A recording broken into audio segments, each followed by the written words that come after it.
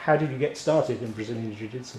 I first started watching UFC like most people 7 years ago. Grandfather passed away. My mum's cousin came over from Singapore and he'd done some MMA. He did a lot of Jeet Kune Do and sort of Filipino arts. And he came over, started chatting. He showed me some UFC, some 1FC, and I thought, oh, that's cool. I'd love to do that. I was sort of in between sports. I'd stopped playing rugby, done a bit of gymnastics, and sort of was looking for a new way of doing something. And yeah, I sort of got into it. He showed me some stuff, and it must have been about a year later, a bit longer, and I found out there was an MMA club not too far away where I was, and there was a white belt at the time, no shame, Simon Scott was teaching there, and I went along with a friend that I used to sort of know as a friend of the family from a local swimming pool, and I went along to the first MMA class and sort of was there, and I was small. I found I was quite good at the grappling, and I always wanted to do MMA. I only recently started it, and then sort of fell in love with Jiu Jitsu and just stuck at that for a few years. Right. Second question, what do you like most and least about Brazilian Jiu Jitsu? Like most about it is that no matter how hard my day's been, I can always come in, chuck my gear on, and just have fun, even if it's spinning around upside down and getting sweaty. What I like least is probably nowadays the sort of bravado that's coming into it. These sort of guys that like to sort of mouth off each other, trying to intimidate each other for a lot of money. I think like that's a sort of negative impact on Jiu-Jitsu. I think these guys just need to calm it down a bit and just have fun with it. It's not where there's not big money in Jiu-Jitsu, so I don't see why people are trying to con each other out of it and see who can make the most money off things. Where do you see your journey going in the next 5 years? Next 5 years, MMA is becoming a bit of a focus at the moment, just because of sort of it's a big enjoyment. So I think I want to take my jiu-jitsu into the MMA scene and sort of show people that it's effective. I think there's too many wannabe McGregors out there lately, and everyone needs to be a Damian Maia. Pure jiu-jitsu wise, I want to keep competing more actively. A few goals, I want to try and win some more domestic medals at purple belt and internationally. And then hopefully in the next 5 years aim to be a black belt and be up there as one of the UK's best lightweight black belts. What would you say to someone wanting to start Brazilian Jiu Jitsu? Do it. Just do it. No, I think it's super effective. I think if you find yourself a good instructor, a good club, family environment, I hate the term loyalty chucked around, but like with the family, like loyalty gets thrown around a bit. But I think if you're looking for something to do, it's definitely do it. Like it teaches you how to become a good learner. You learn new skills at any point in your life. You sort of learn how to learn, especially with an effective instructor. And it sort of like gives you an outlet of stress relief, gives you another focus as well, and so it gives you a purpose. I think everyone should compete as well, just so they have a goal, they learn what it's like to be disciplined and aim and strive towards something. So what's your regular weekly training? It's quite busy. Mondays is usually some strength conditioning, some jiu-jitsu drilling if I have time, and then I go and do wrestling and MMA sparring in the night. It's a lot more frequent now because I've finished university, but then a Tuesday is usually something in the day if I can, some cardio or some drilling, and then the evening is no-gi sparring. That's sort of one of my favourite classes of the week. Wednesday is I usually work as a cycle courier, so just out on my bike in the sun doing skids and getting paid for it, and then in the evening I wrestle.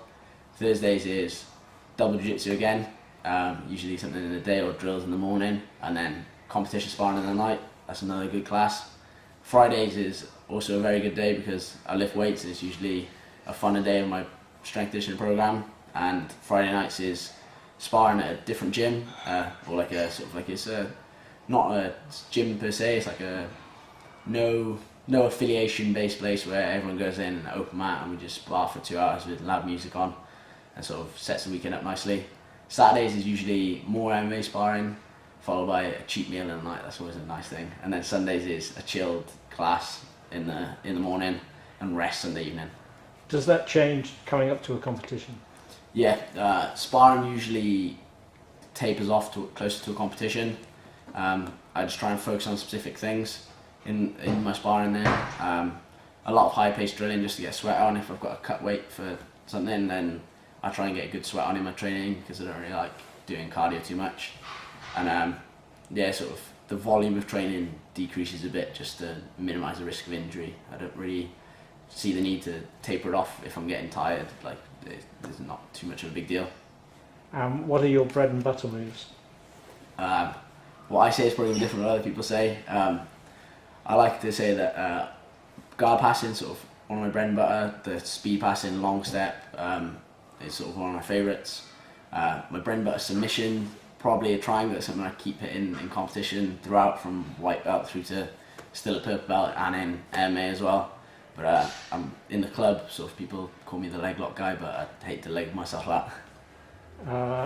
What advice do you have about Brazilian Jiu Jitsu? I think just stick with it. I think a lot of people, you're going to reach a plateau at some point, like anything you do, it's never going to be plain sailing. And I think just keep sticking at it. And the biggest thing I would say to someone is remember why you came back to that second class. There's always a reason why people do their first class and come back to their second. And it's usually because they've had fun and they enjoyed it, and it was sort of that weird, hard, sort of, they didn't know what was going on, that sort of puts you in a state of panic of, this guy's beating me up, like sort of thing, and they get addicted to it that way. I think just always remember that you came back to that second class for a reason, and never forget that, because no matter whether you're competing and you get disheartened because you lost, you do jiu-jitsu for a reason. Before you even competed, you came back to another class for any reason, be it fun or whatever. So I just remember that reason and just keep having fun with it. Don't get too bogged down with competitions or beating people. Just focus on yourself and just like look to become a better athlete, a better person from it. Tell us a bit about the IMMAF Asian Open. So yeah, that's my next competition, the IMMAF Asian Open. So it's the International Mixed Martial Arts Federation. They're sort of the forefront of amateur MMA. It's sort of the pinnacle that an amateur should strive to achieve. They're doing a big push to try and get the sport recognised globally and try and get it into the Olympics. And they're doing a really successful job of it. The Asian Open is going to be great for me. I competed in Bulgaria and had some good fights, so hopefully face some of the world's best again in Singapore. That format is really good because you don't get a sort of pad your record out. I think a lot of amateurs try and go undefeated and sort of like pad their records out and say that they're 12-0 as an amateur, but it's amateur, it's not professional, so like that's where you should do your learning, you should do your losses, and you can't choose who you fight, you always fight the best, and you don't really know much about who you're going to fight until the day before. They do the initial draw the night before the first day of competing, and then after that it's just, as the bracket progresses, you've got to see who you fight, and you never really have more than 24 hours to sort of game plan for someone, so it tests your sort of mental fortitude and sort of tests how well you can implement your game in that environment. I think it's definitely sort of one of the purest forms of amateur mixed martial arts you can sort of do. Anything else you want to add? No, just thank you for this, and hopefully you can share some stuff, and hopefully people appreciate sort of some of the stuff I can say. Thanks very much, Ben. And good luck in the Asian. Yeah, fingers crossed.